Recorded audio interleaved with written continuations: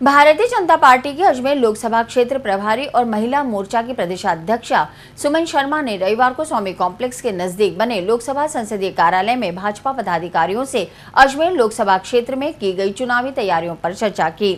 भाजपा कार्यालय में शहर जिला अध्यक्ष राजा सिंह रावत, देहात जिला अध्यक्ष प्रोफेसर बीपी सारस्वत, विधायक वासुदेव देवनानी, अनीता बघेल, मोर्चा और मंडलों के अध्यक्ष, जिला महामंत्री आदि ने लोकसभा प्रत्याशी सांवरलाल जाट का माल्यार्पण कर स्वागत और अभिनंदन किया। इस अवसर पर लोकसभा प्रभारी सुमन शर्मा ने लोकसभा चुनाव के लिए कमर कस लेने का आह्वान करते हुए प्रत्येक बूथ स्तर पर तैयारियों में जुट जाने के निर्देश दिए।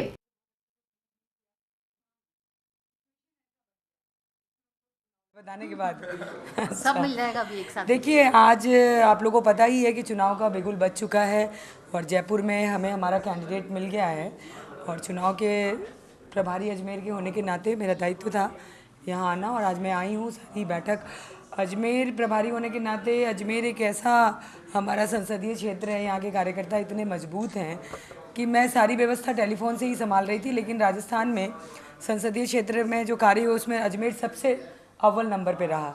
आज मैं आई हूँ सब कार्यकर्ताओं से बातचीत करके आगे की रणनीति, कार्यालय का उद्घाटन और चुनाव की रणनीति कैसे सब होगी, इस विषय में बातचीत करने आई हूँ। अभी जो वर्तमान परिप्रेक्ष्य में जिस तरह के हालात बने हैं, नकली और असली भाजपा का जो भ्रमित होता है कार्यकर्ता, क्या मैं आपको बताऊं, जहर को जहर ही मारता है और लोहे को लोहा ही काटता है। इसलिए अगर भारतीय जनता पार्टी को जहर मारना है, सामने जो देश की परिस्थिति है, जो राजनीतिक स्थिति है, हम लोग अभी बने हुए हैं। अगर आपको लगता है कि हमारी विचारधारा भटक रही है या हम पुराने को दफन कर रहे हैं, तो जहर अभी हम लोग बन गए हैं, तो जहर से ही मारा जाएगा। ये कांग्रेस की जो बेल है, जो पूरे देश को खा रही है, उसको मारने के लिए हम लोग भी जहर बन रहे हैं। ये थोड़े दिन का देखिए, जो कांग्रेस से आप कहते हैं कि बेकार लोग आ रहे हैं या हम अपने विचारधारा को, तो भारतीय जनता पार्टी उनको लाके उनको वैक्सीनेशन देगी और भारतीय जनता पार्टी का जब वैक्सीनेशन लगेगा तो कैसे भी लोग कहीं से आए, सबका शुद्धिकरण हो जाएगा।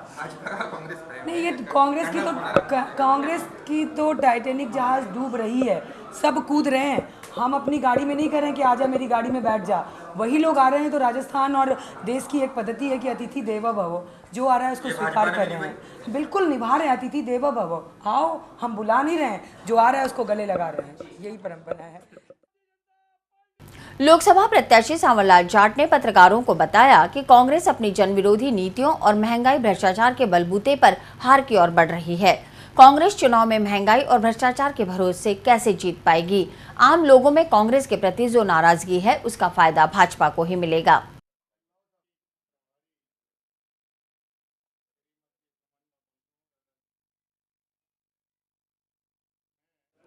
देखिए, वो बखान कर रहे हैं, माइक के ऊपर बोल देते हैं, पर जनता की तरफ से कोई रेस्पॉन्स नहीं है। उनका कोई काम नहीं है जो जनता के गले उतर रहा होगा। पार्लियामेंट मेंबर ने इस 5 साल में कुछ किया हो। सारे मुद्दे हैं ना, हम तो पहले ही करते आ रहे हैं बातें, वही तो मुद्दे हैं। जितना भ्रष्टाचार इस सरकार के अंदर हुआ है, देश आज़ाद होने के बाद कभी नहीं हुआ है। जिस प्रकार की महंगाई बढ़ी, आम आदमी का जीना मुश्किल हुआ, वो इसके पीरियड के अंदर हुआ। जिस प्रकार सैनिकों के सिर काट के ले जा रहे हैं, हमारे देश का कोई भी जो है केंद्रीय नेता, मंत्री, प्रधानमंत्री नहीं बोल रहा है कि ऐसा क्यों कर रहे हो। ये सब चीज़ें हमारे देश के लिए शर्मनाक है। किसानों के लिए जो फसल बीमा योजना थी, इस 5 साल के अंदर कोई हिंदुस्तान के अंदर बता दे कि इस किसान को फसल बीमा का फ़ायदा मिला। कुल मिला के सारी व्यवस्थाएं चौपट की है इन्होंने, देश को लूटने के अलावा कुछ नहीं किया।